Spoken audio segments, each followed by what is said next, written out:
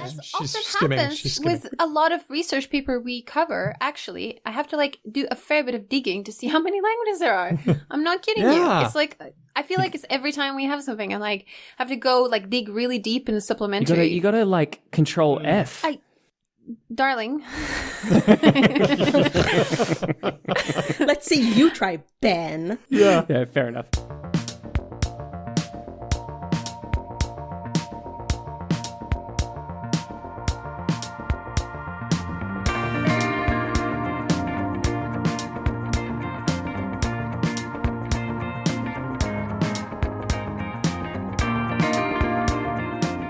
Hello and welcome to this episode of Because Language, a podcast about linguistics, the science of language. I'm Daniel Midgley. Let's meet the team. He's got more great takes than Stanley Kubrick. It's Ben Ainsley. I feel like that one was a little bit on debate this week. I feel like perhaps this one didn't. What? No, I didn't like that one. It was a masterpiece. Come on. I worked that. I like that. I thought that was very funny. Ben, you have a lot of great takes, and Stanley Kubrick does as well. All I will say is Famously. you've slid past the keeper with me. Like the saving grace on that one is I love a good 0-point perspective shot, and Kubrick is all over that bad boy like a rash. So I'll allow it. Also, it takes him 111 tries to get it right, so no. She needs no introduction, Thank you. especially not the kind that I give, because mine have been terrible lately, but I keep trying anyway. But how do you do it? How do you encapsulate all that's good about this wonderful person? How do you hold a moonbeam in your hand? It's Hedwig Hiergaard. Is that a reference to a meme I'm not understanding? Name that musical. How do you hold a moonbeam in Come your on. hand? How do you hold a moonbeam in your Yeah, I hand? think Sounds I vaguely know very this. Sound of Music-y. It is. Good. Okay, Rodgers and Hammerstein. I am not a moonbeam. I am not a moonbeam today. No. It's a gray day here, and we're still on month 3 of lockdown. Oh, So I'm sorry. No, it's not. I'm just. I that appreciate that Daniel always hypes me up and makes me feel like I'm very special and cool and stuff, but I'm not, especially not right now. Well, all I can say to Maya and Hedwig is, as to sort of people who are very much still under the sway of terrible coronavirus stuff, at least Daniel and I are now getting thoroughly fucked by global warming stuff for the next couple of days. I live in Tucson, Arizona. It's the long 6-month summer starts next week, so yeah. Oh, hey, we have a special guest co-host. It's Maya Klein It's me. of Voicing Words. Hi, Maya. How's it going? Hi, thanks for having me on. Maya does all the transcripts for the show, which means that she's had to listen to all of us word by word very carefully, and I think this qualifies for hazardous battle pay. Oh, man, I'm so sorry. I'm so sorry. Now I'll have to transcribe my own voice, which everyone knows is the worst. Oh, yeah. That's right. And consider your words carefully because you're going to be putting them all down in the transcript for this episode. Oh my God. I'm low-key like a little bit afraid of this episode because I feel like we're going to find out things about ourselves that we're going to be like hyper-conscious. And I hope by the next time we record, I'll have forgotten everything Maya's going to tell us about what we sound like. No. We'll take a rigorous self-inventory and then allow that insecurity to fuel even greater performance in the shows ahead. It could go the other way, too. Yeah, You could just find yourself tripping over your words after this and be like, wait, Well, if anything, this will give you an appreciation for just how much editing I do to remove the crosstalk and true. put us yeah. all on. Oh, now you're getting the full horror, right? Yeah, that's true because, and as our listeners might not know, Daniel takes our sound files once we finish our recording and then does some editing so we don't talk over each other, and maybe some things that we didn't mean to say goes away, and some sniffles maybe and things like that. I think the best way to imagine it, right, would be if you think about like a giant pot of soup on the stove ready to be served. Daniel takes that pot and then returns it to all of its constituent ingredients arranged neatly on the countertop. And then Maya comes along and labels them. I can always count on Ben to just have, like, an example from, I don't know where the fuck you take it from. Do you know what I mean? But it's always brilliant. And just like, well, where, how? Are you enjoying the show? Just before we get into it, That is a bold opening question, Daniel. You Yes, madman. I very much enjoy the show. I left the world of linguistics, because I dropped out of grad school, I guess a year ago by now. And so it's nice every week to have a little dose of linguistics and remind myself of this world. And also, can I just say, I follow a lot of linguists on Twitter, right? As one does. And there's always this drama, and how I hate this about Twitter. People will reference something that's happened, but they won't actually fucking explain it, right? And you're like, you're like, what, what is going on? But then you all come on every week and then you explain what happened. So I'm like, oh, okay, now I can be cool, because I know what's going on. Do you know, here's my next metaphor. We're that kid in the coming of age story who tags along with the new kid in the school and just explains how all the cliques drama is playing out in the lunchroom. Yes. The audience surrogate. That's us. DJ exposition. The unpopular kid. Well, thank you, Maya, for being here. We're going to talk a lot about the process of transcription. We've never done a transcription show. We haven't talked about it hardly at all. We've scarcely done translation. I mean, we do translation every once in a while, but transcription. Yeah. I think the two are close. Since we've got so much to cover, shall we do the news? Let's do. But first, this is a patron episode, so thank you, dear patrons, for being a patron.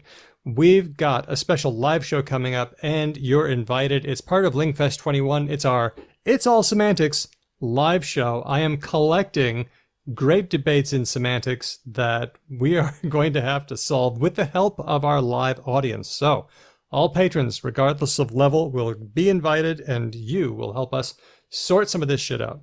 So follow us everywhere so that you can get the updates on that. It's on May 1st. Check the Patreon to get the time zones. Check the in your thing. area. The thing will tell you the other thing. You'll be fine. Check the thing. That's it. Thank you. Okay, good. But come along, because you'll get a once-in-a-lifetime chance to be the final arbiter and judge of these semantic questions. And what we decide at this event will be law for eternity. So be there. It is decided. Yes. Very good. Let's start off close to WA, which is where Ben and I live. In schools in Western Australia, as in many places, students have to take a language. They have to get through some years of different languages. And what are the most popular languages, do you reckon, in high schools? I can tell you that with, I would say, a relatively good amount of confidence in WA. Italian, Mandarin? Yeah, so Italian, Mandarin, French, obviously, because its legacy prestige status would be up there.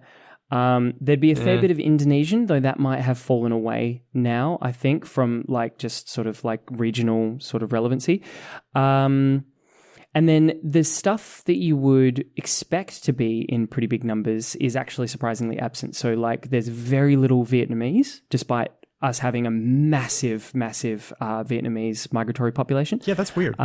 Yeah, super weird. My school is a third Vietnamese, and Vietnamese is not a language taught at my school, which just blows my mind. What? Is there? I feel like I'm missing something here. Again, other sort of Southeast Asian and South Asian languages that you would expect to be very prevalent are not. So you won't get a lot of Hindi or Urdu or anything like that. Not even Persian, Can I just say that coming from the, American education system, that even the languages that you did list as being taught, that's quite impressive. Where in U.S. schools, of course, you'd get your French, Spanish, and, if it's a hip school or a school for, rich people, maybe they would teach Mandarin. But other than that, not much. Okay, so. Wow. That's good. I'm glad we're doing a little bit better. Well, there's a new language on the horizon that's being trialed in WA schools. Come on, I've got my fingers crossed. I don't know this story at all, so I've got my fingers crossed, and I'm hoping it's the one I want it to be. Go ahead, say it. No, you say yours. You'll be right. No, say. Is it Noongar? It is Noongar. Yes! Yay! Yes! Yay! I'm so stoked about this. So the details come from an ABC Perth story with Nadia Mitsopoulos. The details come from Kevin O'Keefe, the principal advisor of Aboriginal Education, Teaching and Learning. They are trialing a year 3 program, a full year, and then hopefully they're going to expand it. There are about 150 people who have been trained by the department to teach Aboriginal languages in WA public schools. They are giving a special emphasis to community engagement, treating the Aboriginal people themselves as the cultural owners of the work. And I didn't know this. The Education Department is teaching, guess how many Aboriginal languages across Western Australia? Ooh, okay, this is a fun game. I'm going to guess at least... Six. No, Okay. ooh, six is probably actually a pretty good guess. Gotta I'm going to vote go a for little 6. bit higher. Yep. I'm going to go 8 or 9. Okay, that's it. Those are good guesses. Maya, you want to give it a shot? God damn, I would be impressed with just one, so I guess my guess is no good here. 2. And it's going to be the local language wherever you happen to be at. Yeah, obviously. A rather mind-boggling 22. Whoa. How? What? Amazing. According to this That's ABC very story, impressive. the Education Department is teaching 22 Aboriginal languages in school around the state. Now, it should be like, so for our listeners who know literally nothing about the geography of the state of Western Australia, which I really wouldn't blame them. It's very irrelevant from a geopolitical like standpoint. Okay. We are like twice the size of Germany, maybe 3 times the size of Germany. But we have approximately 2 million people living across that landmass, and the like vast majority of them, like the 90-something% of them, live here where we live in the southwest in Perth and the region around it. So like back before white people invaded all of Australia, there was just like hundreds of different First Nations peoples like spread all across what we now call Western Australia. So like, yeah, it's a really big number that they're teaching in schools. It's just like, my brain goes, good, right? Like let's not give cookies for things that really we probably should have been doing all along. So this is really good. This is a good thing. This is good. Yeah. Can I ask one question? I'll tell you if I know it. Are they teaching them as heritage education for children, students who are part of the communities, or are they also teaching it to non-members? My understanding is that if you're a kid in that school, you're getting that language. Oh, okay, cool. Yeah. Now, Cool. like the clarification point there would be that there are a pretty substantial number of remote schools for whom the two things are the same thing. Yeah. Right. Which isn't a bad thing at all. Like that's a great thing. But I totally get your point, which is that like, for instance, Noongar being taught in primary schools here in Perth, where like that's the traditional owners of the area where Perth is, that would be to whichever kid is in the classroom, right? Of which you have to imagine Noongars would make up less than 1% across the entire metropolitan region. That is true. And are these just classroom languages, or is this are there any plans for immersion programs or anything like that? Oh my God, but still my beating heart. How good would that be? So the best would be like a dual education program where you're getting chemistry in Noongar. I'm reasonably certain that it is not that. Yeah, no, we're not there yet. I think we can say pretty comfortably. Yet, First I hope steps. is the key modifier there. Well, we'll see if this program expands. I think it's also worth remembering that many Noongar people use the Noongar language to express their Aboriginal identity. It's like a thing. This is, part of who I am.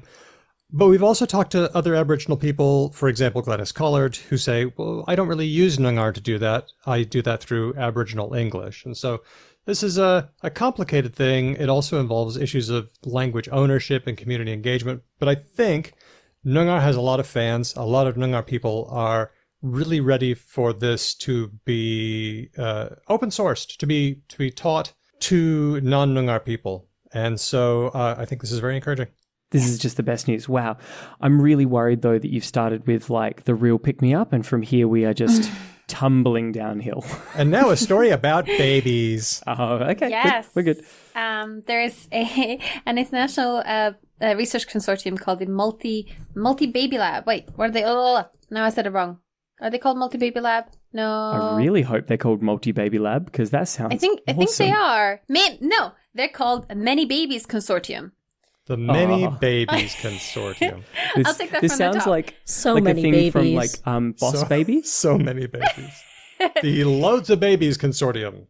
The next news comes to us from the Journal of Advances in Methods and Practices in Psychological Science. This is a paper about babies and infant-directed speech from the Many Babies Consortium, which is an international research consortium where they're trying to understand how babies work and learn languages all over the world. Can I just I love the name, and it's weird. Yeah, can we all just picture for a moment how great it would be to be able to be what I presume is a tremendously educated researcher who has done heaps of work, being at some sort of conference and being like, "Hi, I'm Sarah Douglas from the Many Babies Consortium." Yeah. It tripped me up a bit as well because they call it the Multi-Lab Many Babies One project. Many babies won. It's like they were so busy with research that they were like, we can't be bothered to like find a really good name, so we're just going to throw. Yeah, it's hard. Titles are hard. Are we all being idiots? Does it spell out something when it's acronymed that's like super obvious? No, I don't think so. I think I don't know, but anyway, they are doing experiments on babies and if they like or don't like infant-directed speech. Now, what do you guys know about infant-directed speech? This is what we call baby talk, right? Yes. There's a lot of like intonation, sort of very steep intonation changes. So yeah, you get these, it's kind of like, I would say, is it baby talk and or dog talk? Not really cat talk. I don't know if you talk to your cat like that as much. I think the cat would, eat you if you did. So yeah, absolutely. Every time I've seen a person speak to a cat, it's like very respectfully with like respectfully the appropriate pleading, amount please. of fear. Yes. Yeah. Noun heavy. Lots of nouns. Lots of repetition. That's probably true as well. The only thing I know about it is it makes people look really stupid. Yeah, maybe it does. I'm trying to think if it makes the person doing it look stupid or if it makes the person you're talking to. Like if I were to address you, Ben, like I would address the baby, wouldn't you feel stupid? No, not at all. I would definitely be looking at you being like, this person is unwell. You might think that you don't do it, but you do. Even people who don't have kids. I know. What I've got in my head is like the really exaggerated, almost for comedic effect, like, oh, yeah, and people don't do that. I think people don't do that. Don't they? No, not really. Not when they talk to kids. They'll tend to strip down the complexity. Wait, hang on. Kids or babies? Younger than 3. Okay. Yeah, a lot of simplified syntax, similar to what you see maybe in pidgin languages that develop, things like that. Yeah. So 2 of the features of baby or infant-directed speech that the researchers point out as particularly sort of significant is slower speech rate and more variable pitch. Yep. So those were, I think all of you, none of you said slower, I think? We didn't say slower, yeah. No. But exaggerated intonation. An exaggerated intonation. So what they did in this study is they looked at babies from 7 different countries, and I was just realizing that I didn't have written up for myself how many languages. So what did they find out? They found out that babies like baby-directed speech. Oh, well, that's good. They will look and be more engaged with when they get played audio stimuli that is with this type of baby characteristics then. If they don't. Even babies with no exposure to English preferred English baby talk to English grown-up talk. And interesting. It even held when babies were bilingual. I'm just thinking to myself, if I was in like a room full of not a large number of adults and they were all speaking standard language and then one of them was speaking baby language, I would myself direct my attention to that person. Like it's a fairly intuitive finding, I think. I think it's interesting that babies like baby talk, child-directed speech, because like some people say, oh, don't use child-directed speech, it hurts their language development. No, it helps their language development, if anything. I mean, that's a big pish-posh moment. It's hard to, like, if you're listening to a language you don't know, like a baby is, and then you hear things like repetition of words, or you hear things like doggy and horsey and mommy and daddy and the E sound on the end, that's giving you important cues as to what kind of word that is. It gives you something to grab onto. So, we've seen that baby talk helps babies to acquire language, and so I like how they like it and they prefer it. That's cool.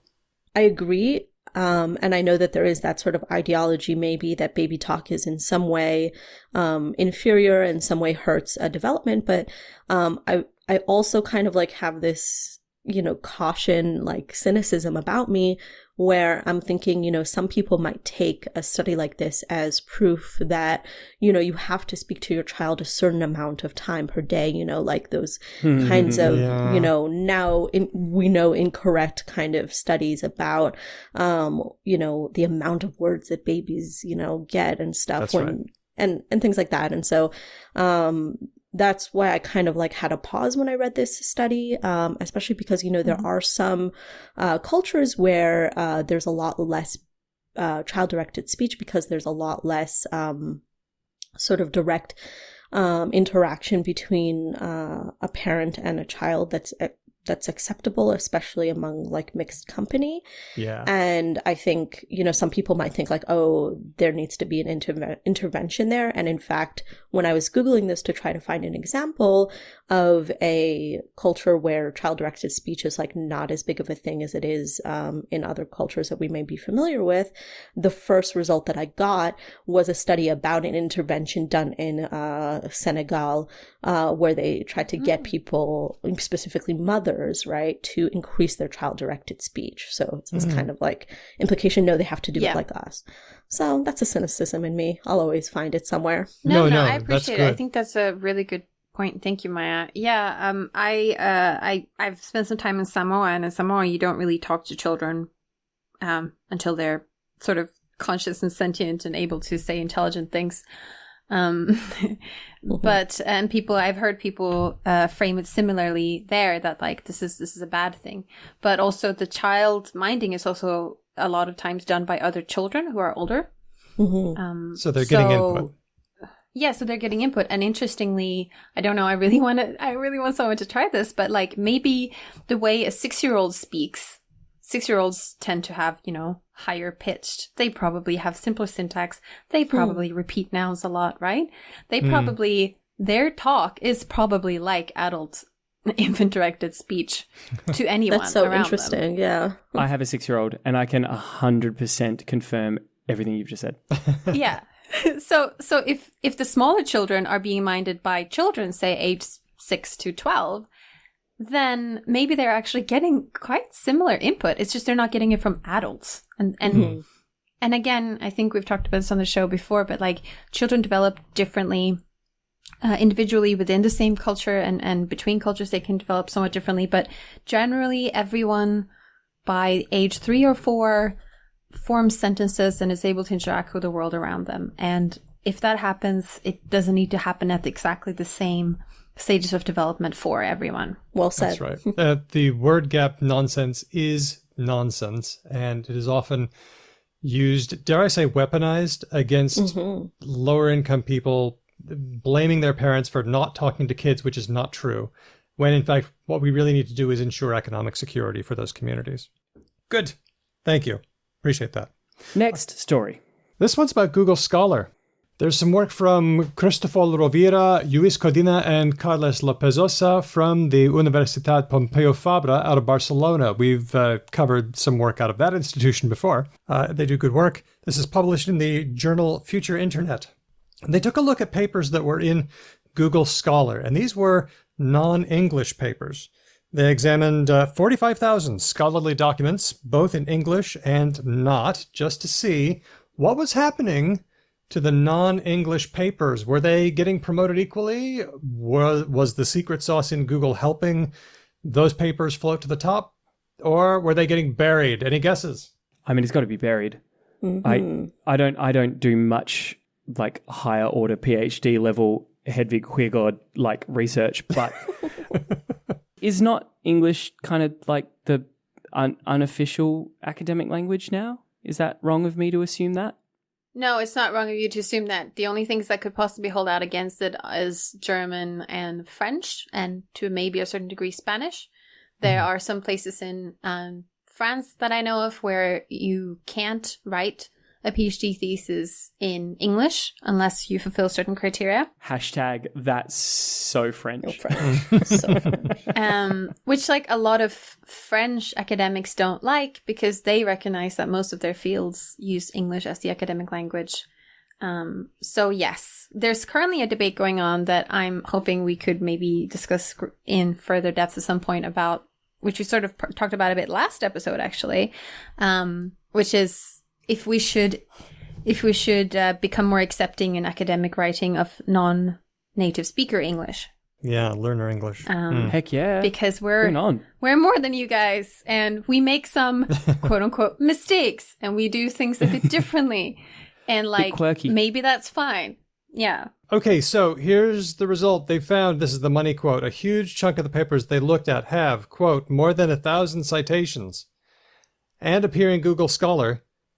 These are the non-English ones.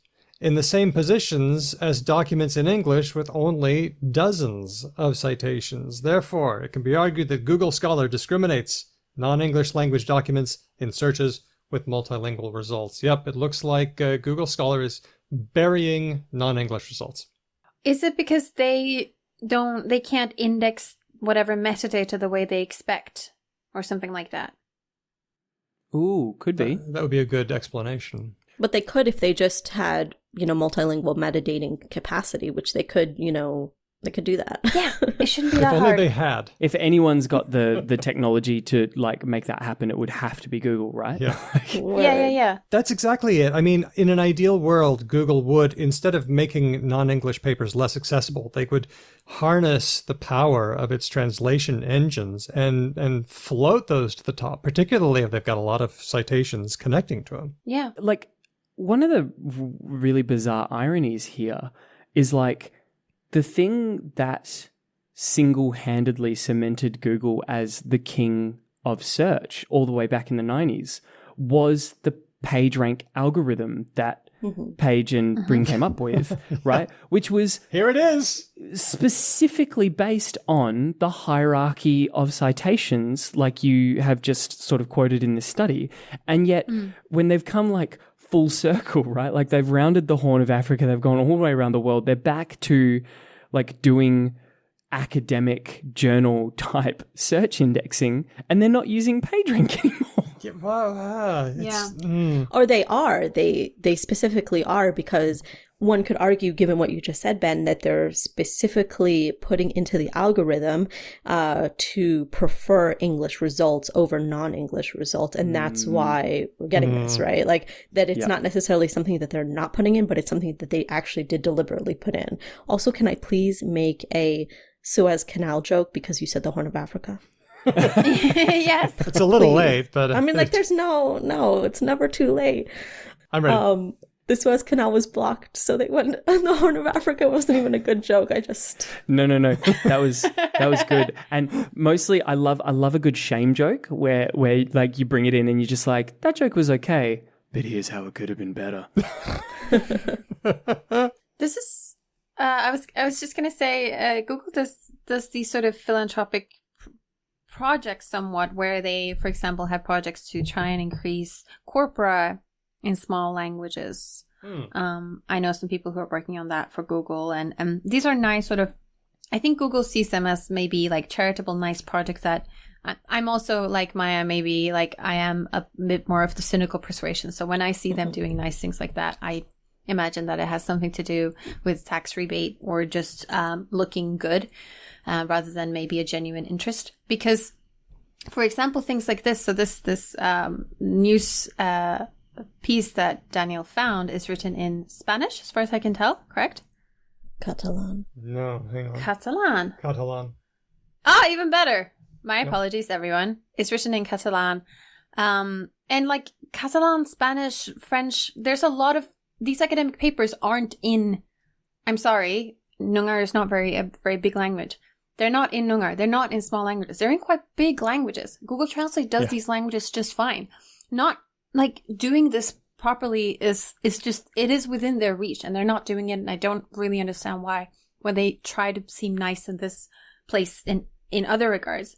I also have a personal vendetta regarding this because we got a Google Nest, and my user profile is set up as bilingual Swedish-English, and I can't add things to our shopping list because Google Keep isn't available in Swedish. So I have to ask my dear husband, Steve, can you add pickles to the list? And then he tells Google to add pickles. Oh, that's gotta burn. That's it drives me bonkers. it just drives me fully bonkers. And it's so easy for them to do. I don't. Ugh. What I love as well is that, like, Steve has a relatively thick northern accent. Like, it's like, I would argue that your accent is actually more decipherable than his. No. It understands me speaking English. I can tell it, Spotify, play next song. All good. Right. Yeah. It's just that because it knows I'm Swedish English bilingual, the Keep app doesn't know how to blah, blah, blah, blah, blah. Anyway, I've talked to Google about it. I end up with some nice custom representative who says, "Oh, I'm so sorry. That must be so hard for you. I'll tell it to someone." Wow. Anyway. Filed directly in the bin. Yes, exactly. Well, this failure to index results on a par with English results, it contributes to a pretty bad situation in which researchers who speak other languages have to take some of their valuable time that would have contributed to their research, and they have to use that to learn not just English, but a very particular high register form of English. And that is something that Anglophone researchers don't have to take so long to do. So it's not fair. So I actually just did a little test. I searched first in English for rhotics in Hebrew just to see different articles, because I did my undergrad in Israel, and so I know a bit of the literature, so I know what to look for. And out of 10 pages, none of them were in Hebrew, even though there are quite a few very famous, very influential studies. And then I looked in Hebrew for rhotics in Hebrew phonology, because otherwise it would give me more like grammar type articles. Anyway, and yeah, it's definitely giving me Hebrew results already on the first page. But I think also the reason why when I first Googled it in English, I think that automatically my settings are to search for English results only.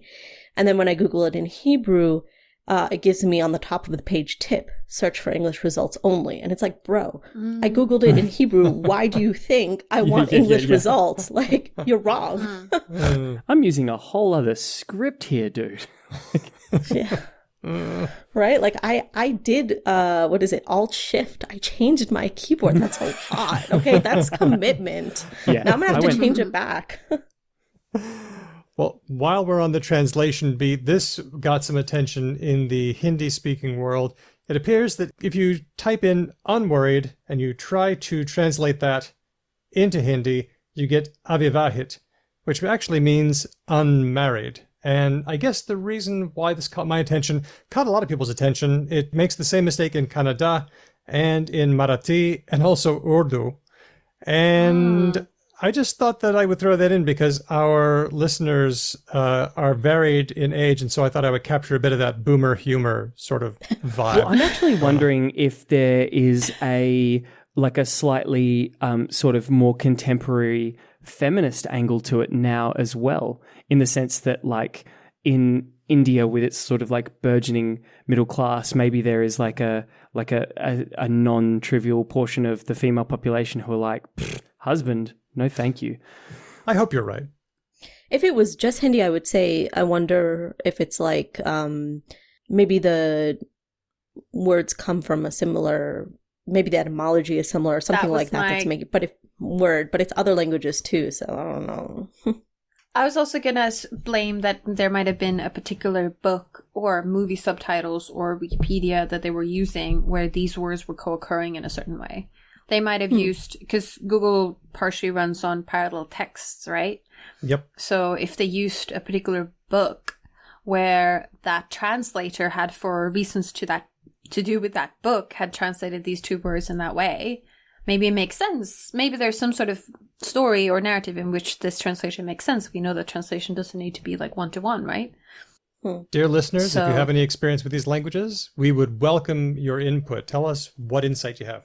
I'm deeply, deeply hoping and praying for some hilarious thing where it's like in a single text, a particular author or a particular translator was basically having like a bit of an inside joke in terms of sort of translating this deliberately not quite completely accurately. I think that would be really fun.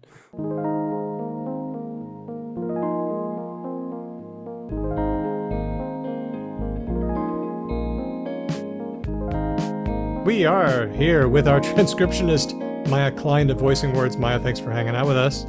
Thank you for having me, and thanks for agreeing to meet so late. Yeah. That's okay. I don't have a life. I got nothing on. I love this time. This is great for me here in Europe. Yeah, thanks for meeting us so early. It's early for you. The only person this is good for is Hedvig. Hey, Hedvig. Uh-huh. Yeah, right. Yep. We're starting this recording at 4 p.m. European time. I am fine.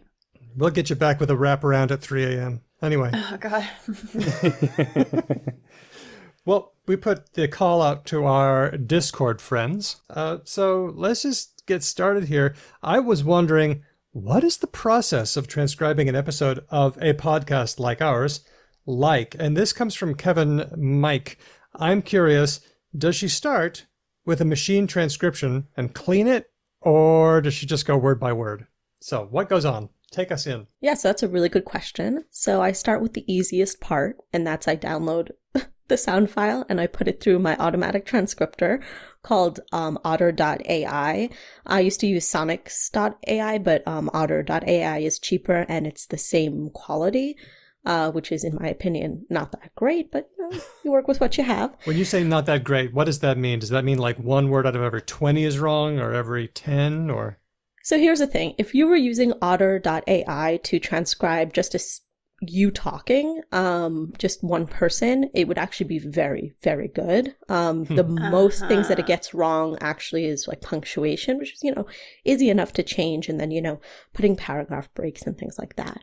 But when you get to multiple people, and, the crosstalk, and it just doesn't do so great. So yeah, it has a lot of words that are wrong.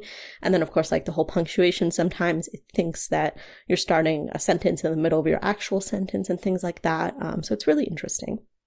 And I'll talk more about that and maybe why some of these mistakes occur. But yeah, then I dump that into a Google Doc, and then the hard work starts where I listen to the episode and I just fix everything. And I, of course, put in who's talking because, Otter.ai, it does have the capability to mark different speakers, but it just doesn't do it well. And you could tell that it does it more so aligned with maybe conversational conventions or things like that, and less so about like the actual voice quality, which boggles my mind. I was going to say, because surely on this show in particular, an AI would have a relatively easy job of telling the three of us apart. We sound pretty different. Yeah, and so the fact that it doesn't do that is like evidence that that's not what's going on. That's not what's going on. And if it is what's going on, because usually when you have automatic transcription or automatic sort of anything, AI anything, right, there's different weights that are given to different variables, and that's what gives you the probability, that, for example, this sound is this thing. So I do think that somewhere in there is the variable of, sound, voice quality to assigned speakers. But I think for some odd reason, that's weighted very low. And sort of turn-taking conventions and pauses and things like that are weighted highly. So that's odd. So yeah, I do not go word by word. So what you're saying is that the three of us, voice-wise, sound quite different. But we all sort of talk maybe at a similar speed. We all like interrupt each other maybe similarly. So if it's taking those things, our words, our repetitions, our pacing, and our like crosstalk and interruptions as keys for who's speaking, it can't really tell us apart. Exactly. It's not very informative. Yeah, exactly. Wow. Like when I'm talking, like a few sentences in a row, of course it'll know it's me. And then, if I'm interrupted, it'll go on to the next person. But let's say I'm talking and someone says, yeah, or like, oh, or wow in the middle. It won't, even though it like obviously knows that's a different voice, it just won't say that it is.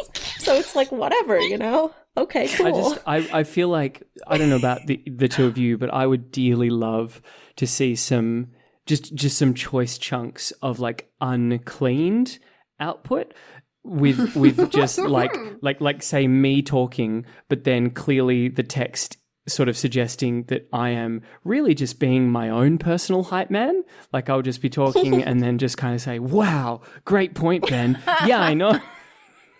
Yes. I want to see that too. Of course you would like that, Ben.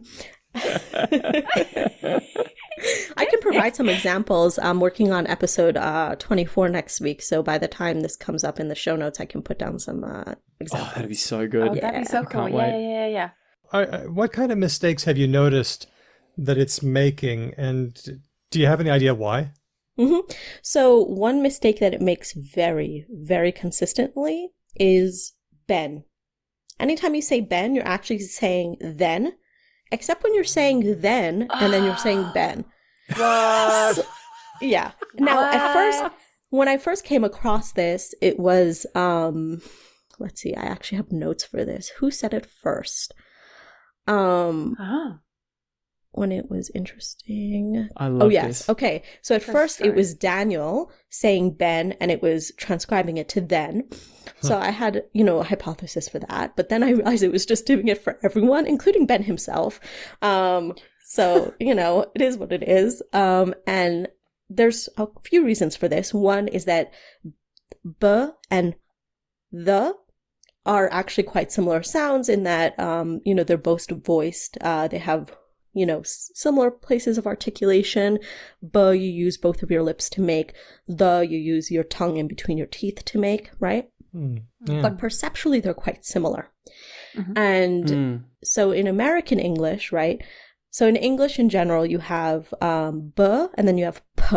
And I know you've spoken on the show before that B is what we call a voiced consonant, right? So the vocal cords make this like vibration, and P is unvoiced.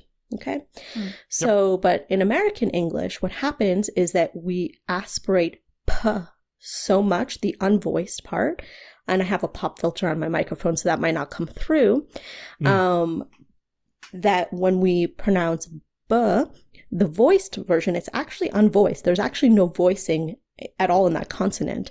But wherein other forms of English, it is voiced, and other languages, it definitely is voiced. So, for example, Hebrew also has P and B distinction, and the B is voiced and the P is unvoiced, but also non-aspirated. Right. So I thought, okay, maybe because Daniel, speaks American English, and so the B is somehow unvoiced, and then somehow that turns into the. It doesn't really make that much sense, but I thought maybe that's why. But another factor is also just how likely is it that you're saying then or that you're saying ben, right? And then is such a common word, its frequency is so high that the transcriptor is like, okay, well, if there's any ambiguity, I'm just going to go with then because it's more high frequency. So that's sort of my guess. Like, I'm just going to play the numbers. Yeah, exactly. And that's exactly what it does, right? It has, again, as I said, all these kinds of weights. Okay, this is what I hear. This is the likelihood that it's this sound. But then it also takes into account how likely is it, given the frequency of this word in the English language, that it is actually this word. So that's a huge one. I had a really, really funny one from episode 23 that I just finished transcribing. Oh my God. So y'all were talking about, there was a portmanteau, but I don't remember what it was at the moment. And Kate, layman's linguist, she said something about, I love portmanteaus. And the automatic transcription said, I love apartmentos. Oh. They're cute. Yeah, so it's just kind of funny. Yeah. Yeah, I like that. Yeah. I'm just picturing what apartment toes are. Is that like letterboxes? It's like a Baba Yaga situation, right? Yeah, something like that. A big cottage with feet. Yeah. Yeah. And so there's a lot of funny things. I think it's interesting because in terms of like dialect differences, like, so for example, Ben speaking Australian English and Daniel speaking American English, I think that it would do better at recognizing those different dialect differences because I think it does have input. It does have a corpus to work through to know those dialect differences. If it was only one of you speaking, right? So if it was only Ben or if it was only Daniel, I think it would have a better idea. And that's why when there's one person talking for a very long time, like I'm obviously doing right now, I'm talking a lot, it does a much better job as it goes on. But one or two sentences, it kind of does a bit of a worse job. So I see what's going on here, Maya. You're just long talking to make your job down the line easier. I've got you. It's so funny too. I think we could use this information to be more helpful. Don't you think then Whatever. I No, will not but be watch it boxed say into Ben it. now. Yeah. Yeah. So, is there any capability of having a software that you can train? Can you train it and be like, no, these guys, I know they're crazy, but they do say Ben a lot more than they say then. So I think that if, Otter.ai and most of these transcription softwares does have the opportunity to edit the text within the software itself. And I'm assuming that then what it does is it trains the software, because if it doesn't do that, then that's stupid. So I'm just assuming that that's what it does. Otherwise, I mean, That's just a very bad, clunky word editor. Yeah, exactly. But I don't do that because it is a very clunky word editor. So I like to work with what's like comfortable for me, kind of, But maybe one day I will. Who knows? Yeah. No, I was just interested. I know. So in phonetics and in social linguistics, people like to compare vowels in different languages, and there are all these different software people like to use to try and avoid having to go in and minutely pull out the little tiny bit of sound that is a certain person's vowels. So there are a lot of different softwares to try and do that, and they are differently good at different languages, and you can train them on different languages. But that's not for actually making something that is in the end sort of human readable. What you're making, Maya, is meant to be, people are supposed to read it from up and down. It's not just like half a millisecond of one sound that you get in a certain like Elon file or something. Exactly. It's a different kind of product. Yeah. Exactly. And I've done that kind of work before. So in my graduate work, I worked in with a language, Scottish Gaelic, and I did a lot of transcription there, not of vowels, because fuck vowels. I do not touch vowels. I just no really? Vowels. Usually people love vowels. No. I mean, they're much easier. Yes, and if you're using forced alignment, like what you say, Hedvig, it's 10 times easier to find vowels. Like forced alignment barely works for consonants. Like it's much easier with vowels. Totally. But I don't like how amorphous they are. I like, I like to know the start, the end. This is clearly this consonant, whatever. So I've definitely done a lot of that work before. I feel like Arabic is the language for you. They classically just don't do the whole written vowel thing, right? And Hebrew. Can we talk about that? Because you've got Hebrew in your language background. We've tried rather inadequately to talk about vowels and Hebrew. By the way, I do have the t-shirt that says fuck vowels, but it's without any of the vowels. So it's just FCK. Oh my VWL. God, nice. And I wear it around. Of course you do. Tell us about vowels in Hebrew. Give us the definitive word here. Yes. You do write vowels in Hebrew. Yeah, so Hebrew is a little bit different from Arabic in this regard, and that has to do also with its process of, being sort of like revitalized. So, you sort of discussed this a little bit in episode 23 about the influence of Yiddish in sort of reawakening, revitalizing, whatever, reinventing Hebrew, however you want to say it. So there's 3 ways that you can handle vowels, right? Because in the end of the day, it is a Semitic language, which means that you have consonants that make up certain roots that give you the sort of basic sort of semantic meaning of the word. And then the vowels sort of determine what the word is. And it gives you, is it a noun? Things like that, right? So there's 3 ways that Hebrew does this. One is you could just write with no vowel indicators whatsoever. 2 is you have these dots, which I think is similar to Arabic, and the dots indicate the vowels, right? So, for example, when children start to learn to read, they're assisted with these dots. And there's also some like lines and stuff. And so biblical Hebrew as well is also written with these dots and lines. So even if you don't know any biblical Hebrew, if you know how to read it, you can read it perfectly. You just don't know what you're saying, right? Right.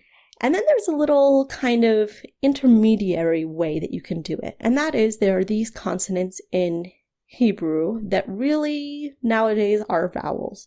And they're called weak consonants or matris laconon. Fuck, I forgot the Latin word for it, but whatever. We'll call them weak consonants with quote unquotes.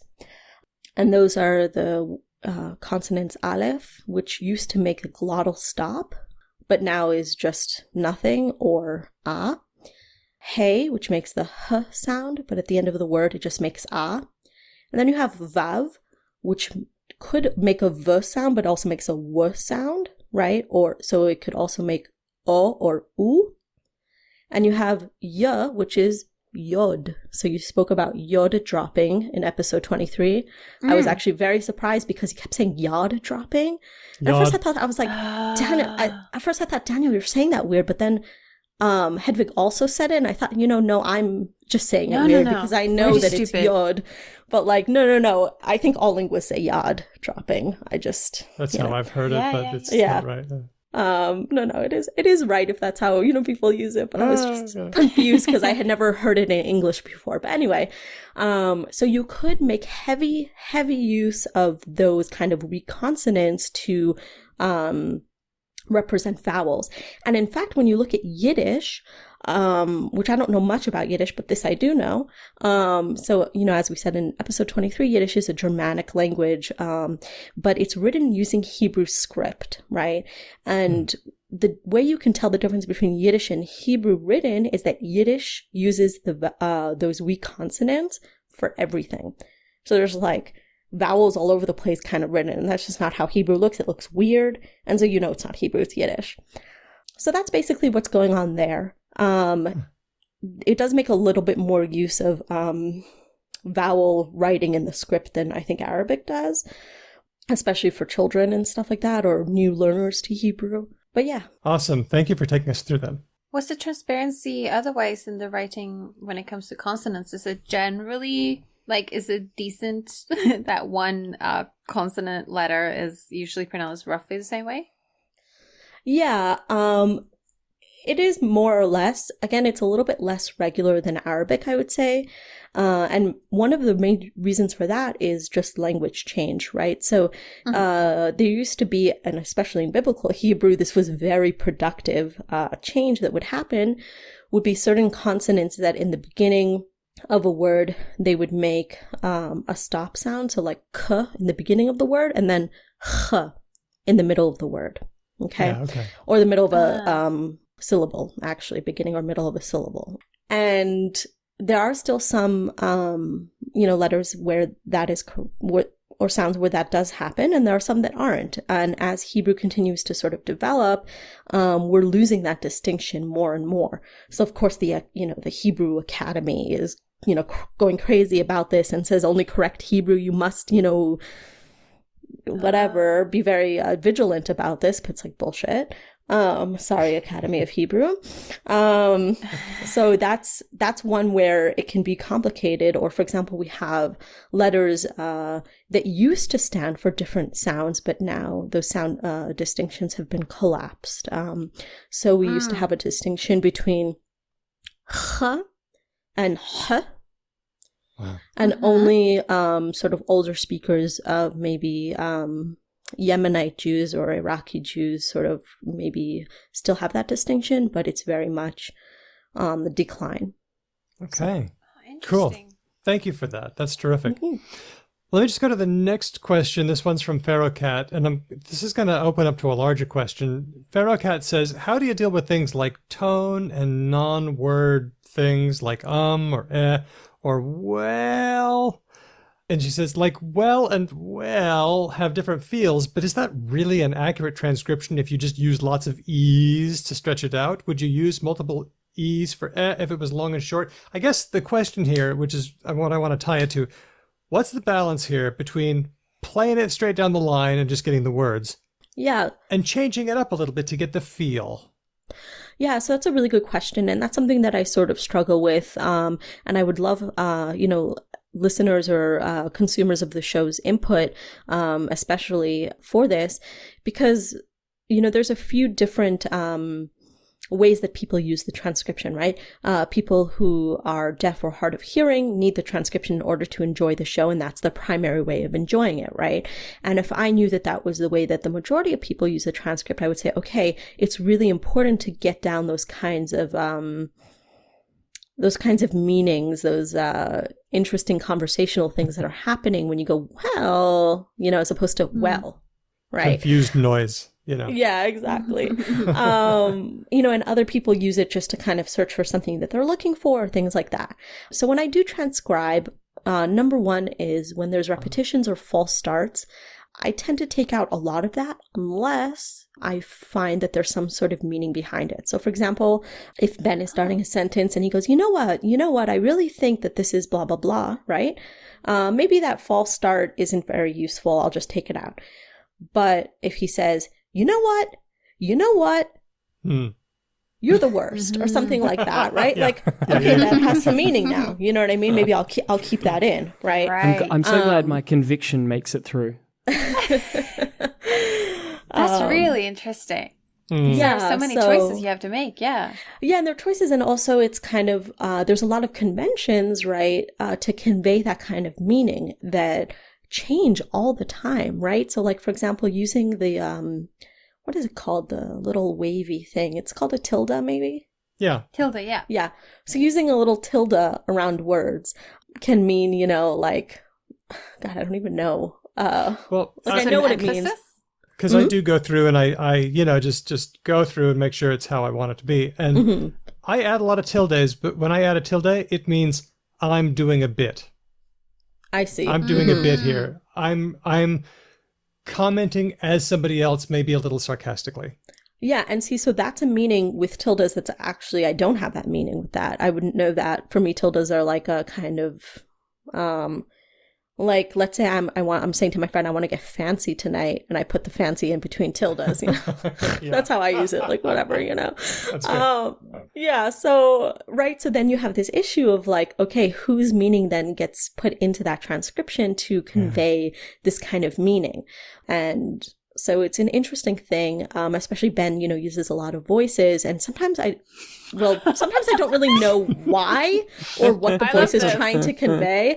So sometimes I write rather cheeky things like pretentious voice or like Stewie voice, from Family Guy or something like that. But then I was like, I put Stewie voice from Family Guy, but then I thought, well, I think Ben just sounds like that when he puts on like a pretentious voice. You know what I mean? Oh wow, this is getting real. Like, I don't think he's trying to play Stewie. Laughter. This is getting really real. Exactly. On that note, Maya, what other roast material do you have? Ooh, roast material. Yeah, please. Okay. Well, I would feel bad roasting Hedvig because like most of it is just like, okay, like you're a not native speaker of Is English, it my and verb like agreement? yeah, no, and it's also hilarious because it's like not only are you not native speaker of English, but like especially for me, what's difficult is that the English that you have, which is very good by the way, of course, like anybody listening to the show knows that, is Australian English. And I cannot, like, I already have issue with it. And so it's like, there's something about, obviously Australian English is non-rhotic. So R's that are not at the beginning of the word are often, left out, right? Mate, they're just gone in the wind. They're nothing. Exactly. But I feel like Hedvig does it even more so, it's like you're compensating for something, Really? And because I don't expect it. Yes, keep making fun of Hedvig instead of me. This is great. No. I just have one more thing, Hedvig, which was really funny, but on episode 23, you said the name of a linguist, Balthasar Bickel, but my God, you really mumbled it. And I was just like, I don't know if I'll be able to find this one. You know what I mean? Like, I don't know, but I heard Bickel. And this is why Google search actually is really good. Pro tip, if you hear something and you're not sure how to spell it, usually if you write it out in Google how you heard it with a little bit of context, so I Googled Bickel linguistics, it'll find it. So it's not a problem whatsoever. That's very smart. But yeah.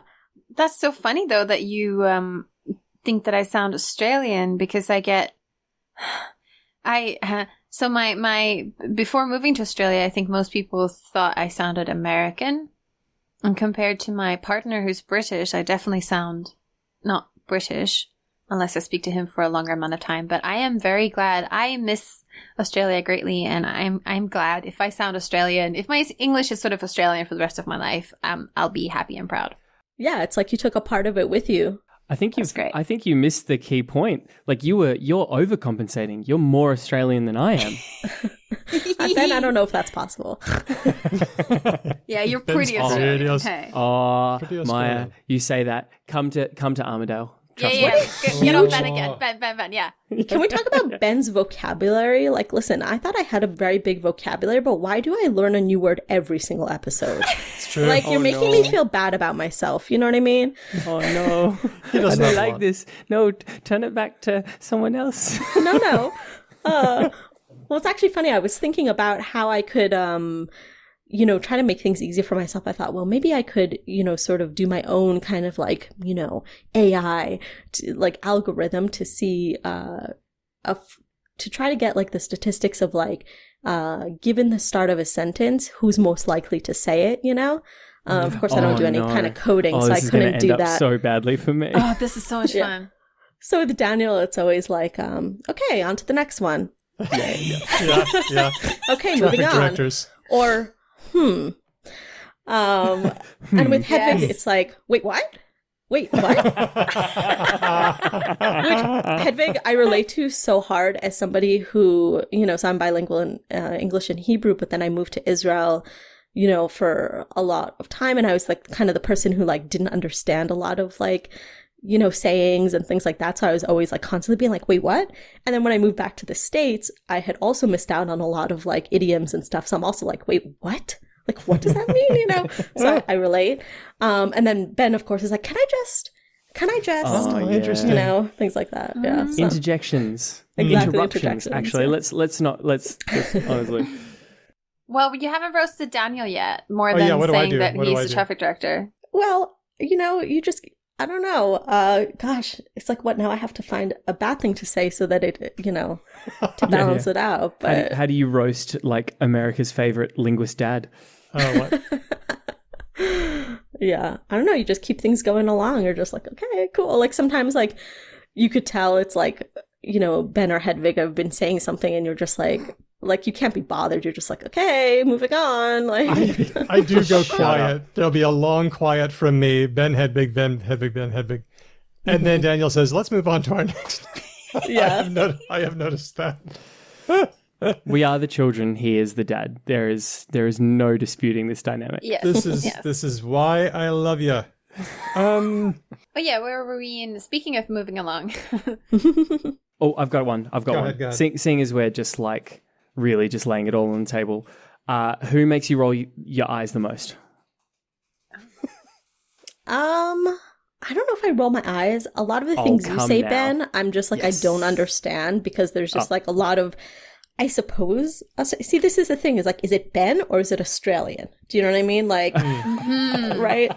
So like a lot of these phrases, like, what the fuck is this phrase? Like, what are you even trying to say? I don't know. So like sometimes I'll look it up and like sometimes I'll find, what it means and sometimes I won't. Or things like that. But, What's the funniest bit that you've heard us do? Well, the one that just had you rolling. shit. Oh my God. When Hedwig said, and Hedwig, I was with you 100%. I didn't find this funny. But then when they commented on it, I did find it funny. But the whole Superman thing. Oh. Spider-Man. Spider-Man, my bad. Yeah. So, when Hedwig said it, like at first I thought, I Perfectly detected normal this sort of like intonational weirdness to it that I thought was maybe like a Swedish thing. Like, I don't know, like a Spider-Man, but I didn't think of it as anything weird, but then the more you talked about it, I just thought it was so funny. And I was like, oh God, I can't even, I was laughing so hard. Oh, I'm glad. I was laughing especially hard at the, what was it that Ben said? That it's like a, like a vitamin made of spiders. like a vitamin, like a vitamin Spider-Man.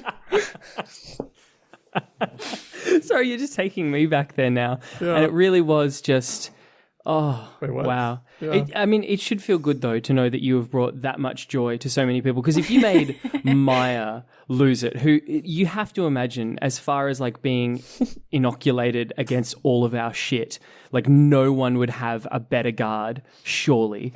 And if we still managed to make her really laugh over that one, Heavy, you've got to imagine everyone who heard that was just like, good God. Yeah, and that was actually an interesting one to transcribe, right? Because at first I thought, How do you do that? How do you do that? Like at first I thought that you were commenting that she said it like Spider-Men, like multiple, but then I understood that you meant that it was like a name sort of, right? So I had to go back and change it. And so what I did was instead of Spider-Man as 2 words, even though isn't it usually one, I put it as 1 word and then one. Okay, Yeah, actually, well, I did look this up, and it turns out that in the official universe, it's Spider-Man. oh, perfect. Oh, there you go. So yeah, so then but because thankfully in this time, because you were, just the content of it made it kind of obvious what you were commenting on. And so I wasn't too sort of broken up about it. And then especially, yeah, but it was like, wait, how do I, transcribe this? How does it sort of come across, right? And this is always very interesting when it comes to, when you're sort of debating pronunciations of words or things like that, which, are always the biggest headache to transcribe, but always Because the most you do interesting. IPA. Yeah, you well, break into sometimes- IPA. Sometimes I do IPA and sometimes I don't, right? So IPA being the International Phonetic Alphabet. So, in grad school, I was, definitely a phonetician and a phonologist. I'm all about the sounds, fuck syntax, definitely fuck semantics. But by the way, my goal for the start of the episode was, Daniel, I know you have like a certain amount of fucks in the episode, and my goal was to take them all and not leave any for Ben. I'm like BoJack, once per season. Yeah. Yeah. So what was I saying? Shit. Oh, Can yeah. I just say in my defense? Don't defend this. People in Swedish and German, you guys make fun of us for like having really long words. And unfortunately in modern Swedish, many people start to break up what is 1 word into 2 words, and people are really upset about it for good reason. That's right. Because That's right. it's you guys, you English speakers are putting spaces in the middle of your words all the time. I don't think you should make fun of us for having really long words. You're the ones who are putting spaces in them. That's How is right. this in the defense of Spider-Man? Yeah, because you write, most sane people don't write it with a hyphen or a space. They write it as 1 word, right? But he's a man who is a spider. Okay, but when you have names that have man in it, you reduce it to men. Yeah, exactly. So Yeah. But I 100% Hedvig, I'm so with you on this. this is not. There is no conceivable, not a court in the land, ladies. Honestly. But then you should always, if Ben, if that's your take, then every instance of that word should have only appear with a hyphen and never appear as like written as 1 word, which it does all the time. But also, Ben, it's like you might be correct, but having that experience of only ever seeing a word in a different language and never hearing it out loud. It's true. So let me tell you, that'll sober you up real quick, and then you'll understand what we're talking about. Because it's like you just get so confused. It's like you haven't heard it, or maybe you have heard it, but Hang on. I fully concede that point, and I realize that I am just throwing good money after bad on this one, but I staunchly refuse to believe that Hedvig had not encountered that is true. Spider-Man. Yeah, that's true. Okay, Yeah, fine. it's true. I know it's Spider-Man. Whatever. Spider-Man. Man made of spiders. What strikes me with the whole transcription thing is that at some point it starts to look a lot less like transcription and a lot more like translation, because you're really working to bring it across. Yeah, definitely. Like the transcription is never, no matter the kind of transcription, it's never a one-to-one kind of just neutral process. There's always my own biases that go into it, my own interpretation. It's very much an interpretive process, just like translation. And I think for me, what I try to do is I just try to make it as useful as possible. So again, a lot of people say now, oh, just transcribe everything. Like, people use transcription to help them with like meeting notes or like other things like that. But I find when you look at straight transcriptions, they're never useful because the way that we speak and the way that we read things is just so different. And listening to someone ramble on, it's fine. You know what I mean? Like, there's no issue with that. But then when you read it, you'll get lost, right? Like, I there's remember, all these. I can't remember what like bad turn down an academic rabbit hole I did all the way back in my undergrad. But I once came across a paper that had tried to sort of, had sort of configured its own way to transcribe conversational turn taking, right? Now, full disclosure, I never did anything to do with linguistics. Like, I could not have been further outside my wheelhouse with this paper. But I remember reading through how they tried to sort of like approximate just like messy conversational speech, not oration or anything, but literally just two people sitting in a room having a chat. And I was just like, oh, like it was viscerally revolting trying to read this stuff. It was so gross. It must have been conversational analysis. Yeah, I was just about to say conversational analysis or discourse analysis. Folks do that a lot. And for academic usages, it could be, purposes, it could be useful, but not when you're trying to just like get the information or like be entertained or something like that. And in fact, I've always been a huge proponent on trying to find different ways to have academic articles be multimodal for that reason, right? Like, let's include the effing recording, right? Instead of making our eyes bleed with all these or in addition to making our eyes bleed with these notations, because the notations are really important. But they also, as much as conversational analysts, and I think they know this, right? And they're aware of this. It's also an interpretive process because, for example, you could notate something as an interruption, but in certain cultures, like, amongst Jews, and I can say that because I'm Jewish, so it's like a funny thing. It's not like oh, no, Jews, Anyway, so amongst Jewish communities, that's a better way of saying it, amongst Jewish communities, right? Sounds less MAGA hat wearing. Yeah, it's not. So that's so funny. Then you just said MAGA hat. It took me a full second to understand that because I heard mugger hat. But yeah, me too. That's great. You did? Nice. Yeah. Okay. And I'm sure the transcription will actually say mugger.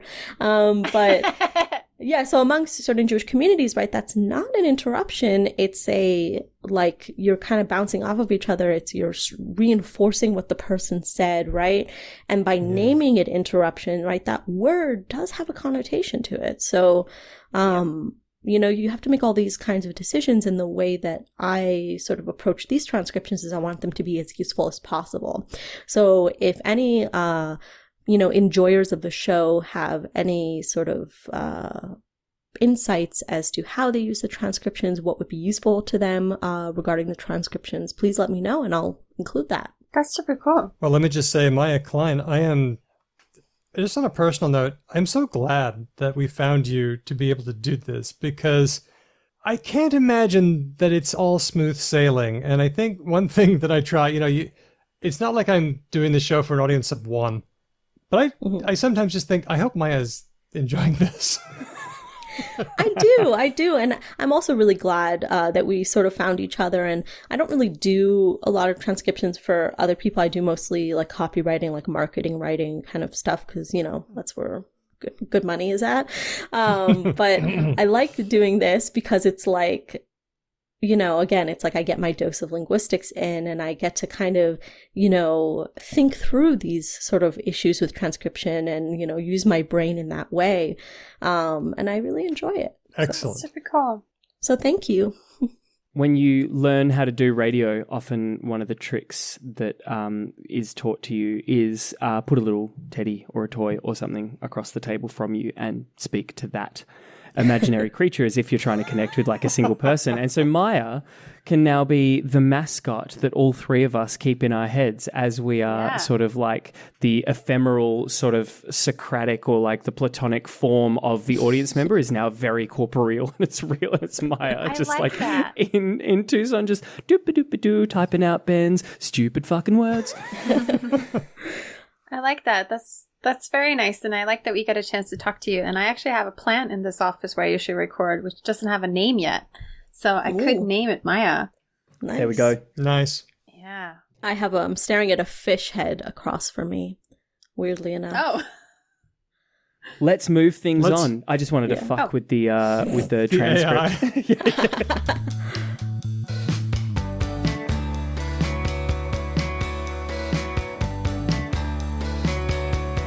We are now to our favorite part of the show. It's Words of the Week. Anything new, anything breaking, anything that's been on our minds. Maya Klein of Voicing Words, you brought a word for us. I did, and I'm very proud of this one because I looked at it and I thought, you know what? They definitely were going to use this word, so I'm just going to snab it, before you can. Nice. Low-hanging fruit. Love it. Yes. So the word is convaxulations. Convaxulations. Convaxulation. So it's a Oh. portmanteau of congratulations and vaccination, right? Yeah. That's it. Very So when good. you get your jab, you get your shot, you say, I just got my first dose of Pfizer. And people will be like, convaxulations. Yes, and I saw this. I should mention that I saw this on Twitter from.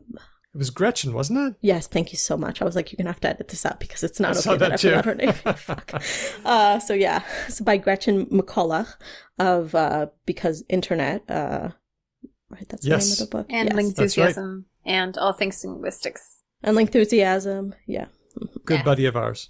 Yeah. Now, this reminded me that the vax in vaccination, anyone? Probably everybody knows this already. I know. I don't. Jump. Go ahead. No, I want to make them guess first. Okay.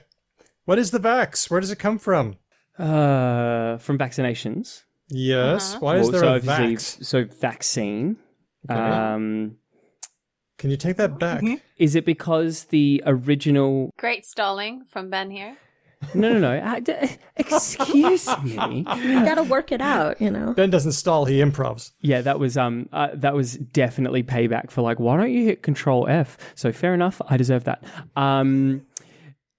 Is it to do with the fact that early hypodermic needles were in some way related to like some kind Sorry. Sorry. I'm so sorry. A criticore. Okay, I think Maya's got the joke on that one. So I'm just going to stop there. Take I'm it. so sorry. That's a good one. That's a really good one. Vacuole, that kind of thing? Yeah, I was thinking, I don't know. No. Oh shit, well fuck. It's cows. It's cows. Why are cows called vac? Because in the 1700s, as smallpox was ravaging the world, British physician Edward Jenner noticed that there was one group of people that never seemed to get smallpox. Milkmaids, because they got the thing from the udders on the Yes. cows. Yeah. Yes. Cowpox. That's what it's about. But so where does vac come in? So Latin vaccinus means from cows, from vaca, cow. And in fact, vaca is Spanish for cow today. There we go. Oh, there we go. So- I want it noted, all right? I knew like a good 85 to 90% of that etymology. I just didn't know the root word. I knew none of it. Just bringing it to the close. That's the part. I was not Glengarry Glen Rossing it. No coffee for me. That's right. Thank you, Maya. That was awesome. And that takes us to our next one from Miranda V on Twitter, who says, I'm behind listening, so I don't know if you've seen this already, but one of my Facebook friends mentioned that she got her second, here it is, Fauci ouchie, referring to the Why? COVID-19 vax.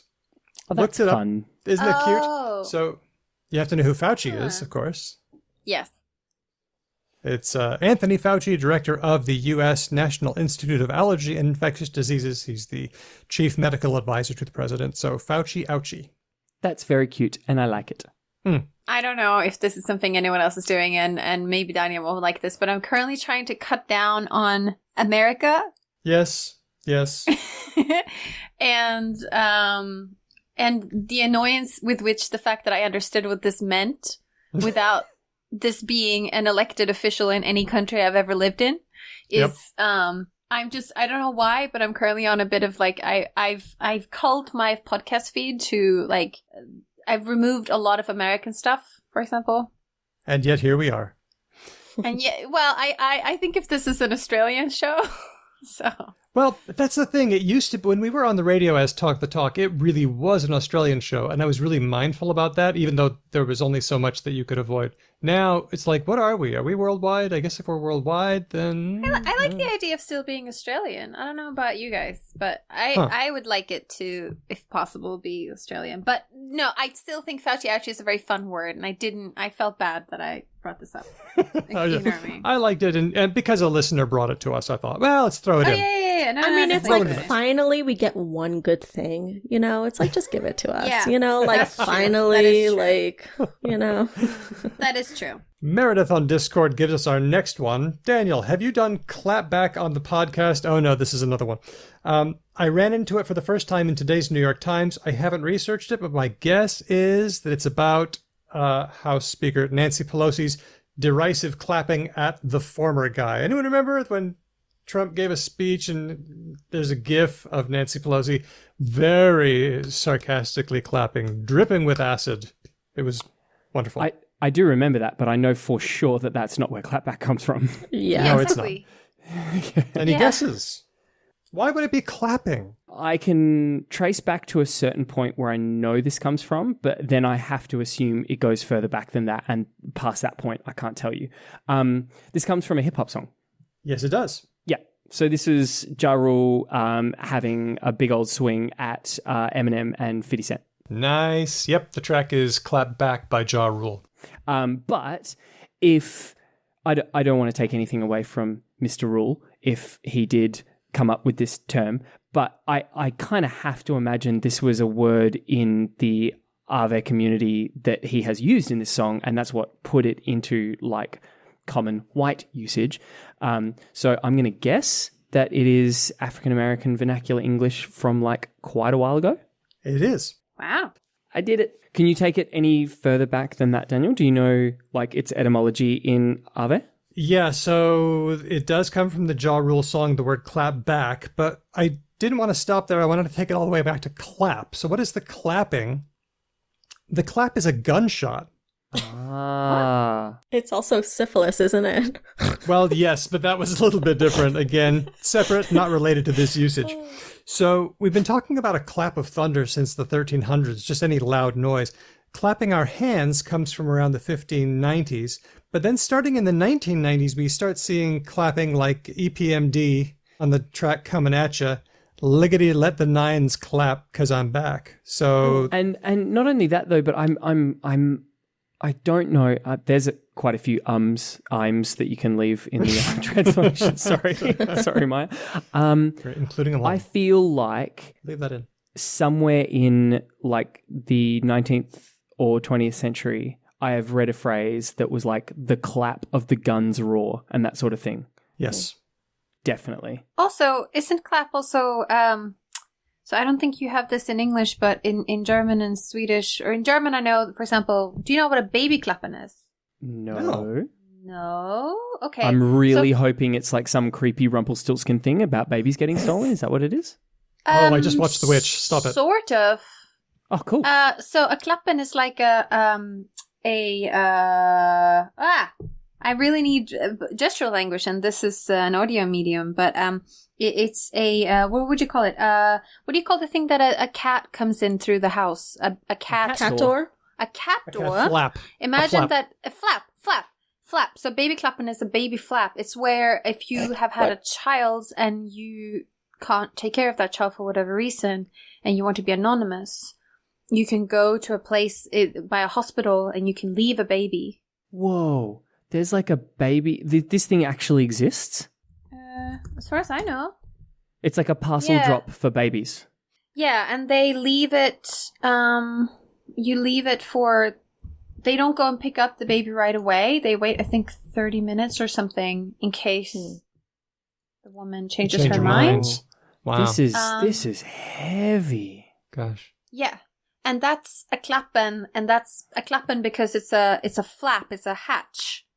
Gosh. And I always thought that was connected to the fact that when you clap your hands, you're sort of, I don't know how to say this, but you're sort of swinging your hands on your wrists on a swivel. I don't know. I thought those were related. I could see that. Okay, this is where things get interesting because clap does go back to Old Norse, and there are cognates in the Scandinavian languages. And I'm noticing in Oxford there is a reference to something that I think today we would call a cat flap, and it's called a clap door. How about that? So I think that's definitely possible. But let's get back to the clap as a loud sound. We do see a quote from 1651. A few grains being fired will give as great a clap as a musket. So 1651 is the first reference I can see of a gunshot being a clap. Maybe the clapping refers to like the sound that the flap makes, and so it's the other way around. Yeah, that makes sense. True. Yeah. Also, Swedish, the word clap is like to pet, like what Ben has been describing that he's been doing with his cat. Giving Cleo a scritch. When you pet a cat, you're klappar. Yeah. Wow, okay. Wow, lots of trails going on here. Hedvig, you've got our last word, I think. Yes, I've got a word that you may think you know what it means, but I've got 2 new meanings for it. So the word is Okay. bake. Okay. I did some baking today. I made coffee cake. You did some baking today. Or I've smoked a bunch of weed and You are I've... totally baked. I know the makeup one. Yes, Maya knows one of them. Oh, Tell us, nice. what's the makeup thing? So makeup, it's a trend in makeup that's actually, I think, probably on the decline by now. Yeah, maybe, yeah. Yeah. I think you mentioned this once before, Hedvig. I too watch a lot of makeup YouTubers. YouTube. So yeah. So it's like where you use powder to heavily set your foundation in a specific pattern. Yeah, I don't know. Yeah, exactly. That's all. and it's called baking. Why? Yeah, Do you it's have to called apply baking. heat? Well, no, but you do keep it on for a certain amount of time. So it's like, Yes. yeah. Wow. So the powder goes on and stays on? Yeah, and then you flick it away after maybe half an hour, depending how long you want to bake. Yeah. You flick away the excess. Yeah. So today, I don't know, this is probably something that has passed Daniel and Ben by, but today's makeup trends involve a lot of like moisturizing, a lot of skincare. So often you put on like a primer, a blurring powder, a concealer, blah, blah, blah, and lots of layers. And then at the very end, you sort of just put lots and lots and lots of translucent powder that looks white. And your entire face looks like it's sort of covered in flour, essentially. And then you stay there for about 5 or 10 minutes, maybe while you're doing your eyebrows or your eyes or something. And then you flick away the excess. And what that does is it sort of lets the foundation and the concealer, people call it bake, it sort of insulates it a certain way. Mm-hmm. I can kind of get it now. Like if you're sitting there waiting for it to like set, for a better word, it does feel like a kind of baking, doesn't it? Like you're like, okay, it's in the oven now. Tick, tick, tick, ding. Yeah, exactly. And then there are also makeup companies that play on this. So there's like a place called like Beauty Bakery where like all of their things are like Yeah. food Gotcha. themed, etc. So that was one Awesome. of the meanings. So that was one. What's the other one? The other one's not baked, is it? As in like I've just smoked a bunch of weed. No, it's not. That one's too. The other one is related to the United States of America. Bake. It's been a while. No, I'm lost. It's been a while. It hasn't been a while for me, but I'm also lost. It is related to conspiracy theories. Are you? Oh. Not enough of them. Oh, hang on. Is this to do with QAnon and Yes. bakeries and pedophile rings and stuff? Yes. But that was a pizza shop. Okay. Yeah. Okay. No, so if you're familiar with the conspiracy theories surrounding Q is a supposedly anonymous person who, by the way, has essentially been outed as of Yeah, last yeah. week because of the HBO documentary and everything. It's basically a bunch of dudes on 8chan and 4chan. Yep. Very interesting history. But basically, baking is the process by which when Q makes an announcement, does a drop, people refer to the information there as crumbs. And when you decode them and try and read in whatever mumbo-jumbo you wanted to them, that process is called baking. Wow. You Gross. bake the crumbs. Oh, Okay. God. Yeah. That whole world just makes me feel so unclean. Since we're not going to come back to this ever again, can I just throw in psyops? Like, that's a term that's been used for psychological operations. Yeah. And it's mental manipulation, trying to use language or trying to use information to deceive or to trick your enemies. And that's a psyops. Gross. Getting that one in. Yep. Thank you. Wow. All right. So, convaculations, Fauci ouchie, clapback, bake, and psyops are words of the week. Hey, thank you for all those words. We've got comments just quickly. Last episode, we had a bit with Dr. Gail Clements and Marnie Jo Petray. We had a circus idiom, which was, Hedvig? But funnier than a barrel of If you- monkeys. Oh, sorry, mine. Yes. If you come to the circus for news, don't be upset when a clown tells it to you. Thank you. So Bill got in touch on Twitter and says, a monkey idiom from Japan, even monkeys fall from trees. Any guesses as to what this means? I like this. I think it probably means that like even people who are very, very good at things are allowed to make mistakes. That is it. Yes. Okay. That's I like that one. Yeah, it's good. Even monkeys fall from trees. Diego on Patreon liked the circus thing, joined in with his own. He says, just heard the awesome new show, thought of this circus-related phrase, send in the clowns. And it's got a special meaning according to interviews with Stephen Sondheim, because it comes from A Little Night Music, which is a show about the foolishnesses that we get into. And the song is about, well, you know, we're having a show here. I guess we need some foolish people. I guess we need some clowns. Oh, wait, don't bother. They're here because we are the fools. So that's the meaning of that. Ah. Taffy Burb 2000 on our Discord channel just listened to the Sci-Fi Dictionary episode, and I'd love to know what emotions everyone associates with green, because jealousy, envy is the last thing that comes to mind for me. Maybe it's because I'm from Oregon, but for me, green is peaceful, energetic, calming, inspiring. How about y'all? What do you think? Green. For me, it's freshness. I guess it depends on the green for me, but first and foremost, like illness or sickness, because I see a lot of kids at school go literally green. Ew. Gross. Like it's a thing. Wow. Ugh. Yeah. Okay. Like when someone's dead set about to spew, they get like a really awful greenish Like a tinge. greenish pallor. Yeah. Like turning pale a little bit. Okay, Hedvig, Maya? New. Like you're a noob, which interestingly enough in Hebrew, specifically in the military context, it's yellow. But I still have that Weird. connotation in English for newness. Okay. Yeah. Cool. I was going to say that I think that green has been so co-opted for me by, like, when you go to a supermarket and you see something green, it means that it's vegan, vegetarian, or organic. Yeah. Or that it's trying to pretend to be like the Bloody Rainforest Alliance or something like that. So I think that has now become my primary association with green, actually. Well, I got curious why we say that someone is green with envy. And I've read that the ancient Greeks believed that jealousy was accompanied by an overproduction of bile, which turns human skin slightly green. Called it. But also, the Greek word chloros means green, but also it means pale. And they're both used in the Book of Revelation. And behold, a pale horse, that's chloros. But also all green grass was burnt up, and that was chloros too. So the combination of pale and green might be part of it. But then Shakespeare went with it, referring to the green-eyed monster. So I thought that was an interesting cultural thing that goes all the way back to ancient Greek. Finally, a young linguist has written us and says, "My name is Talia, and I'm a junior at a public high school in Maryland. Often on the podcast, you all talk about how high schools should integrate linguistics into the curriculum more and the complexities of Black English.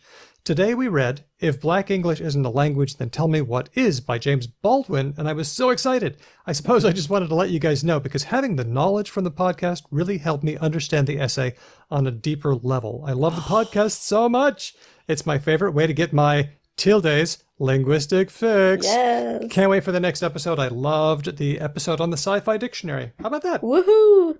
Thanks, Talia. Great. She has managed to bypass all of my defenses and my cynicism, and I just had like a genuine warmth in the heart moment. Ugh, how dare she? Yes, and then what happened? What happened next? Are you back? It grew three times as large. No, but that is genuinely, that is lovely. That is my lovely. professional life. That is what I live for. Yeah. I'm convinced that a really important way to get linguistics into high school, because I worked on a program, a linguistics class that teaches students about linguistics. Instead of trying to wedge more linguistics into an already crowded curriculum taught by good teachers who might not even be linguists, why don't we instead make entertaining linguistic podcasts? And that way young people are making time outside of class to find out about these issues and become acquainted with the people in our field. That's so long as they're not my students and they don't leave joke reviews that low stars. Yes. Yes, that would be good. Please. Please no. Friendly students, please no. Another possibility is to also just try and get more linguistics into the English class or the other class you have, which is the primary language in your... Like, that was actually how I got interested in linguistics first, was because my English and my Latin class included linguistics. Not because I had a linguistics class, per se. Yeah. Spanish phonology was my inroad, actually. Yeah. It's like, wow, this is I interesting. think that Criminal that might Minds be a was bit- my inroad. Criminal Minds, really. Oh. Yeah, there's a if you watch the show, there's one character that's there for a few seasons that was a linguist, and there's one scene where she's teaching a lecture, spouting things that I know now are kind of bullshit, but seemed very interesting about like language evolution and things like that. Super. Yeah, and I had to choose a second major in undergrad. And so I was like, oh, linguistics. But then, yeah, obviously I was hooked. That's funny, yeah. Well, Maya Klein, thanks so much for joining us today on the show. How can people find out what you're doing? Yeah, thank you for having me. I really appreciate it. This was tons of fun. I guess you could follow me on Twitter. I don't really tweet much. I just kind of lurk. It's at Maya R. Klein. My middle name is Rachel. And I do, I guess, have a website from, my company. And so that's voicingwords.com. And we're your favorite clients, right? Yeah, exactly. You're my favorite clients. Yes. So, a little bit of a high thing, a little bit of competition there that you have to get over. But yeah, if you have any need for, I don't know, copywriting, marketing, writing, things like that, and also transcription. Only if it's something cool, though. I don't take a lot of transcription projects, so, Well, it's great to have you. Thanks so much for doing what you do. Thank you. Couldn't do this without you. You really help us a lot. So thanks. Yay.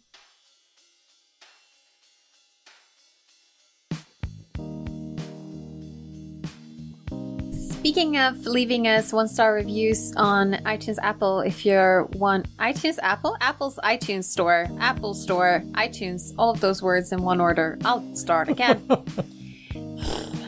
Leave it in. Speaking of leaving us reviews, you're very welcome to do so. If you find us on any of the places where you can leave any reviews, please leave us a review and tell us others what you thought about us. We particularly appreciate if you leave reviews at the iTunes Store, since that's sort of where a lot of people go looking for podcasts and where a lot of podcast stats are sort of aggregated from. If you are one of Ben Ainsley's students and you leave a joke, a 1-star review, you can actually edit reviews.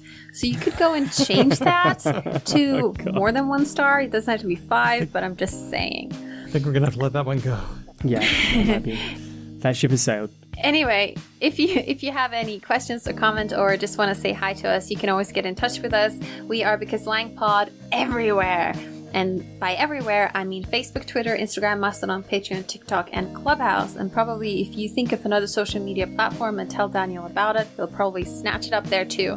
Which reminds us, we're actually not on Weibo. Okay. Gotcha. No. We don't. Wait, can I just interject for a second? Yeah. Oh, Please. Okay. Yeah. Please, what is Mastodon or Mastodon? I only know of the metal band. I had a very hard time. I always get it wrong, so I'm sure Daniel just goes and fixes it every time. But I might as well get it right. Never heard of this. It's like the mammoth. Yes, that's what it is. Just like the metal band. Just like the metal band. Okay, thank you, Yes. Dan. That is Yep. more helpful than the mammoth. Got any others? Nope. No, that was it. Okay. You can also send us a good old-fashioned email. Please email us, in that case, at hello@becauselanguage.com. And if all of these things sound too much effort, which honestly, hard agree, you're doing your dishes, you're chopping onion, you're out biking. That's what I do when I listen to podcasts, or like cleaning the toilet or something. You don't want to get up and go along onto your website and do something. Why don't you tell a friend about us? And right now, you can't really tell friends in the flesh world about us, but hey, you probably also have Friday drinks with people on Zoom. Why don't you just snatch up some time of that and tell them about how great we are? That's not going to be awkward at all. What a great sell. Wow. Doing I can't wait to return to the flesh world. Yeah. Well, just if you like us, tell people about us. It will help people find us. And as always, we're very grateful of Dustin of the Podcast Stories, who continues to answer the brave people on Twitter who asks in general to the entire Twitter sphere if anyone has any podcast recommendations, which I continue to marvel at people doing. And Dustin from the Podcast Stories writes back and recommends us, which is very sweet. I don't know how you could possibly get to this part of this episode and not be aware of the information I'm about to tell you, but our show has transcripts. Having transcripts means that our shows are accessible to people who basically all the stuff we've already said, like this whole episode up until this point. Just if you could just replay all of the highlights and key points from this episode in your head right now, and that is the Which benefits. you'll be able to do much easier because there'll be transcripts, so you can just kind of skim through and see where the information you need is. Heyo. And it is our patrons who are able to facilitate this wonderful service through Maya's generosity, because I'm sure she could make a lot more money doing like more copy editing, but she takes a bit of a hit, and she does it for us on the cheap. But the only way we would be able to pay for it is through the super generous contributions of our patrons, some of whom I'm going to read the names of now. Chris B, Chris L, Matt, Whitney, Damien, Joanna, Helen, Bob, Jack, Kitty, Lord Mortis, Lissa, Elias, Erica, Michael, Larry, Bin, Christopher, Dustin, Andy, Mai, James, Nigel, Kate, Jen, Nazrin, River, Nikolai, my sweet Aisha, Moe, Steele, Andrew, Manu, James, Shane, Eloise, Roger, Rianne, Jonathan, Colleen, Glyph, Ignacio, and Kevin. Thank you to all of you people and all of the other patrons who I haven't mentioned for allowing Maya to do this great service for us. Thank you. Our theme music has been written and performed by Drew Kotlyanov, who is a member of Ryan Bino and Obsidian's Bible. Thanks for listening. We'll catch you next time. Because language. Ba-bow. Yay! Woo! Actually, Tuesday is my first D&D session ever. I'm very excited. My God. Yeah. Congratulations. Thank you, thank you. I've played D&D for several years, and the only advice I can give a beginner is don't worry about the maths. Like, a good DM doesn't care that much if you're correctly leveled up in every minute detail. And also, I just sometimes give my character sheet to someone who's more into the mathy parts of D&D, and I just say, can you just check that all of my bonuses and all of my expertise is like added correctly on all of my skills? Oh, interesting. Okay. And they just like work it out, and I'm like, great, fine. Yeah. Our team consists of a bard, a paladin, and an accountant. When people say letters and words and spell them out, like you just did, that's where I can truly tell either I'm just like sound dyslexic, or English is not my first language, because this rarely happens to me in Swedish, but like I cannot do it. Like today we were trying to solve a crossword, and Steve was like, the first letters are like E-I-N or something, and I was just like, I don't know. I don't know. I'm the same way, Hedvig. My brain completely melts when someone tries to spell something to me. Same. I have to flip into visual mode. I was just about to say, Hedvig, she is not alone, and I don't think it's solely relegated to like second language stuff, because the amount of times that a kid in a classroom has been like, sir, how do you spell like definitely? And I just rattle it off, and they just stare at me, and I'm like, you captured 0% of that, didn't you? Yeah. Your kids call you sir?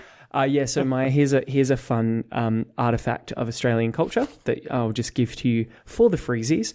In literally all Australian schools, all teachers are either sir or miss, and that's not like a weird authoritarian thing that we demand of them. It's just like, it's the culture. Mm-hmm.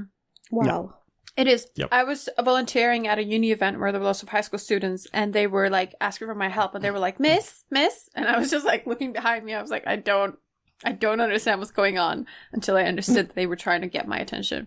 I just wasn't comprehending it. And I don't blame you, Maya, for thinking like, wow, that sounds concerningly kink-oriented, because like if you are outside of that context, What? it really is. Like, not really where my mind went, man. but that's okay. Every time I've told Not anyone, mine neither. Every time I've ever told anyone from another country, they're just like, your students call you sir? Like, yes, sir.